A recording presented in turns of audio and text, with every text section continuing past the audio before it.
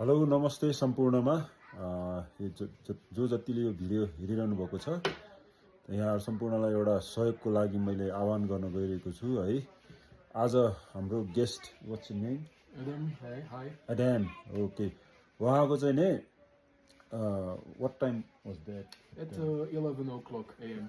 A.m. बिहान 11 बजे बेसी सहरबाट चामे आउने क्रममा 11 बजे तपाईको त्यो च्याम्चे झरना पारिपट्टि रहेको झरना बुङ झरनाको जुन वारी हाम्रो रेस्टुरेन्टहरु छ नि दुई तीनवटा त्यहाँ झरेर चाहिँ नि उहाँले चाहिँ तल पट्टि त्यो झरनाको छेउको यतापट्टि त्यो झरना नेपालको झण्डा राखेको त्यो जुन भ्यू पोइन्ट छ त्यहाँ गएर उहाँले चाहिँ आफ्नो यो कम्मरमा भिर्ने झोला चाहिँ त्यहाँ तल राखिएको रहेछ र उहाँ चाहिँ नि यताउति यसो घुम्ने क्रममा फर्केर हेर्दा त्यो झोला चाहिँ उहाँले भेटाउनु भएनछ। त्यो झोला हराएको हो वा कसैले चोरी गरे हो त्यो चाहिँ अब कन्फर्म छैन, तर उहाँको विचार अनुसार चाहिँ सायद चोरी भएको होला भनेर भन्नुभएको छ है।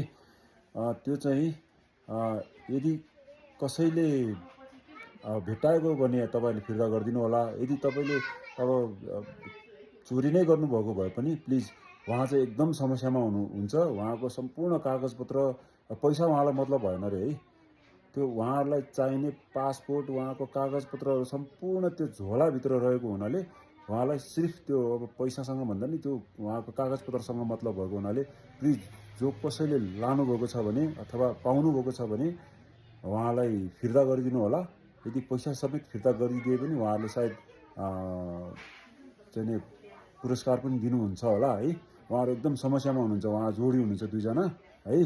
प्लिज यहाँ सम्पूर्णलाई मैले यहीँबाट अनुरोध गरे यदि कहीं कसैले चाहिँ लगेको छ भने ठिकै छ फिर्ता गरिदिनु होला। र यदि कसैले तपाईहरुले कसैले संकेत अब कसैले अब तपाईहरुले कसैमाथि शंका लाग्छ अथवा लगेको पक्का हो भने पनि मलाई यो दिएको नम्बरमा खबर गरिदिनु होला। म यहाँ फोटो र उहाँहरुले मलाई दिनुभएको फोटोहरु पनि म यो भिडियोमा चाहिँ हालिदिने छु।